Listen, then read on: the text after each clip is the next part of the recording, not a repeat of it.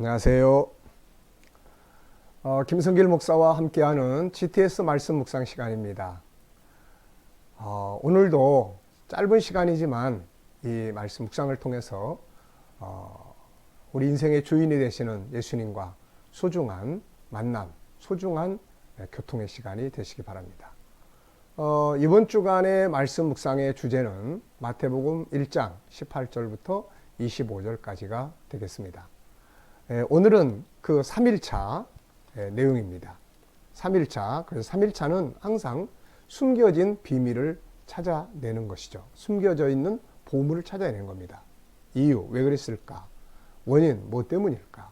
어떤 법칙, 상황, 또 추론, 왜, 만약, 뭐 이런 다양한 질문들을 통해서 나타나지 않은 어떤 숨겨진 보물들을 찾는 것이죠. 자, 그러면 먼저 오늘도 우리 이제 마태복음 1장 18절로 25절 본문을 두 번 읽도록 하겠습니다. 마태복음 1장 18절부터 읽어보겠습니다. 예수 그리스도의 나심은 이러하니라. 그의 어머니 마리아가 요셉과 약혼하고 동거하기 전에 성령으로 잉태된 것이 나타났더니 그의 남편 요셉은 의로운 사람이라. 그를 드러내지 아니하고 가만히 이 일을 끊고자 하여 이 일을 생각할 때에 주의 사자가 현몽하여 이르되 다윗의 자손 요셉아, 내 아내 마리아 데려오기를 무서워하지 말라. 그에게 잉태된 자는 성령으로 된 것이라. 아들을 낳으리니 이름을 예수라 하라. 이는 그가 자기 백성을 그들의 죄에서 구원할 자이심이라 하니라. 이 모든 일이 된 것은 주께서 선지자로 하신 말씀을 이루려 하심이니 이르시되 보라, 처녀가 잉태하여 아들을 낳을 것이요 그의 이름은 임마누엘이라 하리라 하셨으니 이를 번역한즉 하나님이 우리와 함께 계시다 함이라. 요셉이 잠에서 깨어 일어나 주의 사자의 분보대로 행하여 그의 아내를 데려왔으나 아들을 낳기까지 동침하지 아니하더니 나음의 이름을 예수라 하니라. 아멘. 한번 다시 읽어보겠습니다.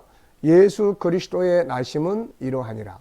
그의 어머니 마리아가 요셉과 약혼하고 동거하기 전에 성령으로 잉태된 것이 나타났더니 그의 남편 요셉은 의로운 사람이라. 그를 드러내지 아니하고 가만히 끊고자 하여 이 일을 생각할 때에 주의 사자가 현몽하여 이르되 다윗의 자손 요셉아, 내 아내 마리아 데려오기를 무서워하지 말라. 그에게 잉태된 자는 성령으로 된 것이라. 아들을 낳으리니 이름을 예수라 하라. 이는 그가 자기 백성을 그들의 죄에서 구원할 자이심이라 하니라. 이 모든 일이 된 것은 주께서 선지자로 하신 말씀을 이루려 하심이니 이르시되 보라, 처녀가 잉태하여 아들을 낳을 것이요 그의 이름은 임마누엘이라 하리라 하셨으니 이를 번역한즉 하나님이 우리와 함께 계시다 함이라. 요셉이 잠에서 깨어 일어나 주의 사자의 분부대로 행하여 그의 아내를 데려왔으나 아들을 낳기까지 동침치 아니하더니 나음의 이름을 예수라 하니라. 아멘. 자, 그러면은 오늘 3일차 한번 보겠습니다. 첫째, 왜 마리아와 요셉에게 이런 일이 일어났을까? 자, 왜 이런 일이 일어났을까요? 보는 사람마다 아이들은 아이들대로, 어른은 어른들대로 다양한 생각을, 숨겨진 이유들을 이야기할 수 있겠죠. 저는 두 가지 이유를 생각해 봤습니다. 하나는 하나님이 선지자들에게 하신 말씀은 반드시 그건 이루어져야 되는 거죠. 마리아와 요셉이 아니더라도 이 말씀은 누군가를 통해서 또 이루어져야 되는 것입니다. 그런데 왜 하필이면 마리아와 요셉일까? 글쎄요, 그 이유가 무엇일까요? 아마도 요셉은 의로운 사람, 가장 합당한 사람들이기 때문에 하나님이 그들을 이 엄청난 하나님의 계획을 이루는 도구로, 파트너로 사용하시지 않았을까 싶습니다. 우리가 하나님 앞에 쓰임받는 것은 축복이고 놀라운 은혜고, 쓰임받기 위해서는 하나님의 마음에 합한 자들이 되는 것이 중요한 것이죠. 자, 이어지는 질문입니다. 나에게 전혀 생각하지 않은 일들이 일어나 본 경험이 있는가? 우리가 살다 보면 전혀 계획하지 않고 생각하지 않은 엉뚱한 일들이 벌어질 때가 있죠. 좋은 일도 있을 수 있고 안 좋은 일도 있을 수 있습니다. 여러분들은 어떠신가요? 어떤 생각지 않은 일들이 벌어졌던 경험이 있습니까? 저 같은 경우는 우리 가족들, 교통사고, 갑자기 교통사고로 세상 떠나는 일, 이건 뭐 전혀 생각지도 않고 계획하지도 않던 일들이죠. 그런 일들이 일어나는 이유는 뭐라고 생각하는가? 사실 저도 그 문제 때문에 엄청 고민을 많이 했죠. 예수 잘 믿는 집안에서 예수 잘 믿는 사람들이 사고로 세상을 떠날 때 도대체 왜 이런 일이 일어날까? 우리 친척들이 와서 너네 집은 예수 믿는 것이 가문에서 가장 중요한 일이었는데 왜 이런 일들이 일어나냐? 할 말이 없는 거죠. 그런데 시간이 흐른 다음에, 아주 오랜 시간이 흐른 다음에 이걸 깨닫게 됐습니다. 하나님의 숨겨진 하나님의 비밀, 복음들을 찾아가는 통로로 삼기 위해서 우리 가족들이 헌신의 순교의 제물이 된 거죠. 그래서 지내놓고 보면 이것도 하나님의 큰 은혜다 이렇게 생각을 합니다. 그러나 그 일이 일어났을 때는 어떻게 처리했는가? 당신은 굉장히 당황했고 나중에는 예수님 없다. 그래서 예수를 안 믿으려고까지 했던 그런 때가 있었습니다. 혹 앞으로 일어난다면 어떻게 할 것인가? 이런 안 좋은 엉뚱한 일은 일어나지 않아야 되겠죠. 그러나 만약에 그런 일들이 일어난다면 그 속에 들어있는 하나님의 뜻이 뭘까? 이것을 찾기 위한 노력을 조금 더 해야 되지 않을까 하는 생각을 해봅니다. 두 번째 질문입니다. 하나님은 왜 천사를 요셉에게 보내서 마리아가 임신하게 된 것을 알려주신 것일까? 사실 요셉과 마리아는 하나님의 인류 구원 계획을 이루어가는 과정에 메시아가 이 땅에 오셔야 되는 중요한 사건을 이루는 파트너가 된 것이죠. 그런데 하나님의 뜻은 이루어지지만 그 뜻을 이루는 파트너의 가정이 파탄된다는 것은 하나님 원하시는 일이 절대 아니죠.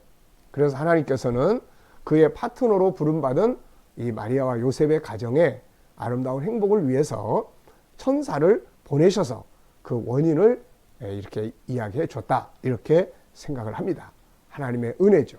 때로는 이렇게 우리의 삶도 하나님의 간섭하심이 있습니다. 우리는 그것이 때로는 귀찮을 수도 있지만 그러나 하나님의 간섭은 큰 은혜고 선물이죠. 자, 세 번째 질문입니다. 왜 예수님은 성령으로 잉태되어야 했을까? 왜 성령으로 잉태됐다는 말을 했을까요? 자, 사람이 태어나려면 남자와 여자가 서로 같이 결혼을 하고 그리고 같이 잠을 자야 되는 거죠. 그리고 서로 사랑을 통해서 하나가 될 때 자녀가 태어납니다. 근데 예수님이 그런 과정으로 태어나면 죄인으로 태어나는 거예요. 죄인으로. 그 구세주 될 수가 없어요. 하늘에 계신 성자 하나님께서 이 세상에 육체를 입고 오셔야 되는데 그러면 사람의 혈통이 아닌 육체를 특별한 방법으로 창조를 하셔야 되는 거죠. 이것이 바로 성령으로 창조된 상태를 이야기하는 겁니다. 창세기 1장에서 하나님이 아담의 육체와 그 다음에 처음 만드실 때하고 똑같은 거죠. 그래서 성령으로 잉태됐다는 말은 성령 하나님께서 예수 그리스도 성자 하나님의 육체를 마리아의 몸에서 취하셨다. 그런 뜻입니다. 그러다 보니까 예수님께서 확실한 죄 없으신 인류의 구원자로 세상에 오실 수가 있었던 것이죠. 그래서 어떤 사람들은 성령으로 잉태된 것 때문에 그런 일이 있을 수 있냐 그러지만 우리는 예수께서 성령으로 잉태되었다는 것 때문에 그분을 구세주로 믿을 수가 있게 되는 거죠. 넷째, 예수라는 뜻은 무엇이며 임마누엘이라는 뜻은 뭔가? 예수 앞에서 설명했죠. 자기 백성을 저희 죄에서 구원할 자다 이런 뜻이고 임마누엘 하나님이 우리와 함께 하신다. 그러니까 예수님이 성자 하나님이니까 그분이 사람의 몸을 입고 사람 옆으로 오신 거죠. 그래서 하나님이 우리 곁에 와 계신다 그런 뜻이에요. 지금은 성령으로 우리 곁에 와 계시는 거죠.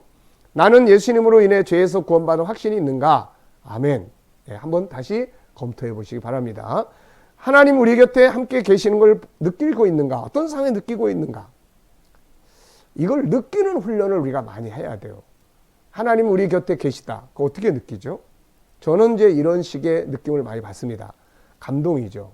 깨달음, 또 내면에서 들려오는 어떤 성령의 감동의 목소리, 또 뭐 뜨거움, 때로는 그 감동이 강물이 흐르는 것처럼 내 안에 잔잔하게 우리가 이 말씀 묵상을 통해서 또 기도를 통해서 이런 느낌들을 우리가 많이 키워가야 하는 것입니다. 주님은 지금도 우리 곁에서 일하시고 계시기 때문이죠.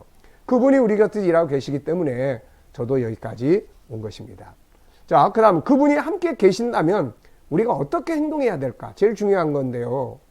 옆에 그분이 같이 계셔. 그럼 우리가 뭘 해야 되겠습니까?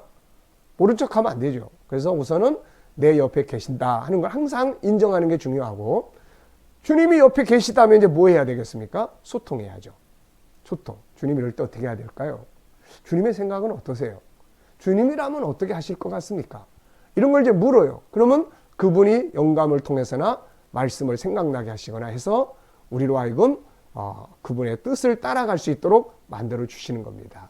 예수님과 함께 산다는 건 참으로 감동적이고 즐거운 일이 알 수 없죠. 다섯 번째, 요셉이 천사가 알려줬는데도 만약 순종하지 않았다면, 그거 무슨 쓸데없는 소리야. 그리고 자기 식대로 마리아를 물리쳐버렸다면, 글쎄요. 아니면은 사람들에게 돌로 맞아 죽게 했다면, 네. 만약에 요셉이 천사가 이야기를 했는데도 순종하지 않았다면 하나님의 구원 계획에 큰 차질이 벌어질 수도 있었을 겁니다. 우리가 살아가는 현장에서도 하나님의 말씀을 우리가 순종하지 아니함으로 인해서 벌어지는 일들이 많지 않을까 생각을 해요. 결과적으로 이 사건은 어떻게 되었는가? 아주 잘 됐죠. 메시아가 오는 모든 과정이 잘 됐고, 또 요셉과 마리아의 가정은 아주 행복한, 그러면서도 위대한 메시아를 탄생한 위대한 가정이 될 수 있었던 거죠. 하나님의 역사는 항상 이렇게 합력해서 선을 이루게 됩니다. 이 사건 속에 들어있는 특징은 뭔가? 일곱 번째 질문입니다. 이 사건 속에 들어있는 특징은 뭔가? 하나님의 뜻이 진행될 때 이 땅에서 부름받은 신실한 일꾼들과 하나님의 뜻이 하나가 될 때 이 땅에서 하나님의 계획이 진행이 되는 것이죠. 그래서 하나님의 뜻이 이루어질 때 우리가 쓰임받는다는 것이 얼마나 중요한 것인가를 다시 한번 생각을 해봐야 되겠습니다. 때로는 힘들고 어렵지만 하나님의 뜻을 위해서 부름받았을 때, 쓰임받을 때 이때가 가장 소중한 시간임을 우리가 잊지 말아야 되겠습니다. 여덟 번째, 오늘 본문을 정리하면서 느끼는 하나님의 마음은 무엇이며 받은 은혜는 뭔가? 우선 자기 백성에 대한, 파트너에 대한 사랑이에요. 요셉과 마리아의 가정에 파괴되지 않도록 하나님께서 간섭하시고 도우시는 하나님의 그런 사랑의 은혜입니다. 자, 질문 2개 이상 만들어 보기. 여러 가지 질문들을 만들 수 있지만 저는 이렇게 2개 만들었어요. 첫째, 왜 하필이면 마리아와 요셉을 선택하셨을까? 누군가를 통해서 선자들의 예언은 분명히 이루어져야 되는데 근데 하필이면 왜 이 두 사람을 통해서 이루어졌을까? 이런 이유들을 한번 생각을 해보면 좋겠습니다. 자, 그 다음에 두 번째는, 자, 하나님의 말씀을 들으면서도 순종하지 않은 일들이 우리한테 얼마나 많아요.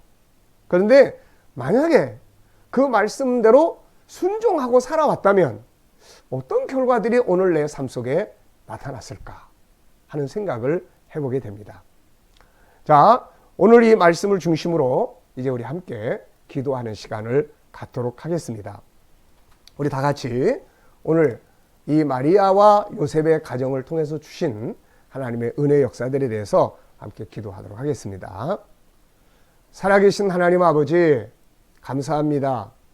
요셉과 마리아를 하나님의 나라 운동을 이루기 위한 소중한 파트너로 세우시고 그들이 고통받고 괴로워하는 것을 보시면서 천사를 보내어 그들로 하여금 평안한 가운데 이 일을 진행하게 하신 것을 감사합니다.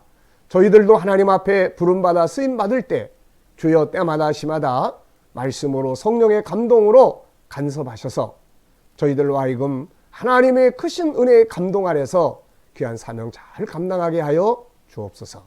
오늘도 주님, 우리 가족들, 친척들, 자녀들, 예수 믿지 않는 사람들 다 주께로 돌아오게 하여 주옵시고 세계 곳곳에 흩어져서 복음을 위해서 일하는 선교사님들의 사역의 현장들이 복되게 하여 주시며 위험 속에서도 저희들을 지켜주시옵소서.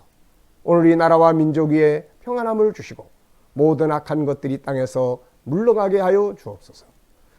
말씀을 중심으로 묵상하며 하루를 살아가는 우리 모든 성도들의 삶의 현장이 복되게 하시고 어려운 일들은 잘 해결되게 하셔서 합력하여 선을 이루게 하시고 하나님의 은혜가 오늘도 저희들의 삶 속에 간섭하시고 통치하여 주옵소서.